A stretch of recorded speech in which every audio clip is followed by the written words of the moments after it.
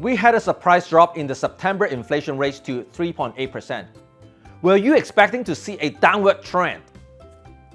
The October inflation rate was just announced earlier this week, and it is now down to 3.1%.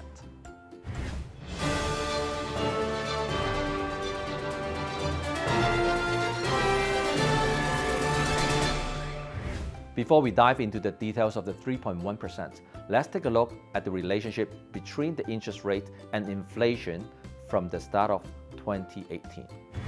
In the middle of 2018, the inflation rate climbed up to 3%. The Bank of Canada responded with a couple rate hikes, and they were enough to bring inflation back down to around the 2% mark. And the interest rate was still below 2%. Then COVID hit, and the interest rate dropped to almost zero to stimulate the economy.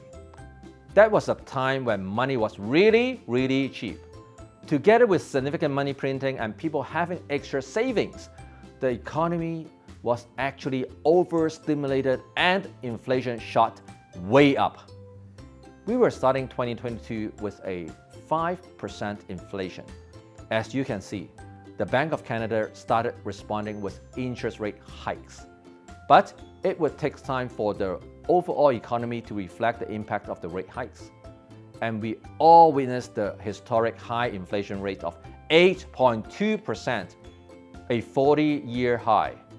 Inflation started coming back down this year, but the Bank of Canada decided to push it further with a few more rate hikes. As of now, we are sitting at a 5% interest rate and a 3.1% inflation rate. What is next? Let's take a look at why inflation dropped to 3.1%. The main reason was a big 6.4% drop in gasoline prices. Food prices increased 5.4% over the past year. While it is still high, it is increasing at a slower pace. I always talk about mortgage costs and rents being a big part of an inflation equation, and it is counterintuitive to keep raising the interest rate.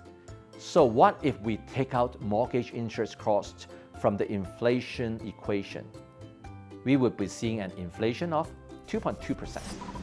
How about we take out shelter completely? That includes rent, utilities, maintenance, mortgage interest, property taxes, and so on. We would only see 1.9% inflation. Looking at these numbers, does it make sense to you to keep raising the interest rate to lower that inflation rate? The markets widely believe that the Bank of Canada is done for the rate hikes. The speculations are rather on when the bank would start lowering the interest rate. Do you think there's any chance for us to see a rate cut in the first half of 2024? It would be very interesting to see how the real estate market reacts once we start seeing rate cuts. Are we going to see suppressed housing demand unleashed, similar to what we saw coming out of the frozen COVID market? Comment below and let me know your thoughts.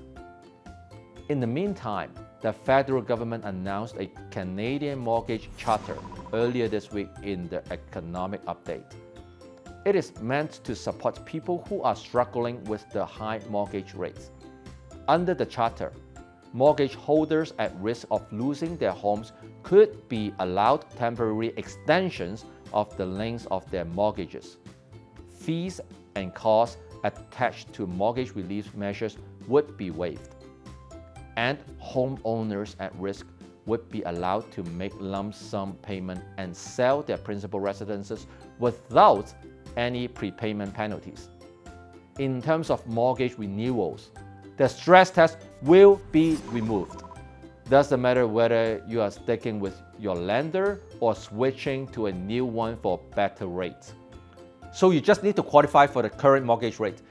No need to add 2% on top. This is going to make lenders stay competitive on their rates because people can now shop around for better rates. But is this going to change the big picture a whole lot? I don't think so. The real estate market will most likely stay frozen going into 2024, and I don't expect to see any dramatic changes until we see the first rate cut. If you want to make sure you stay on top of the market in 2024, you got to subscribe and hit the bell now.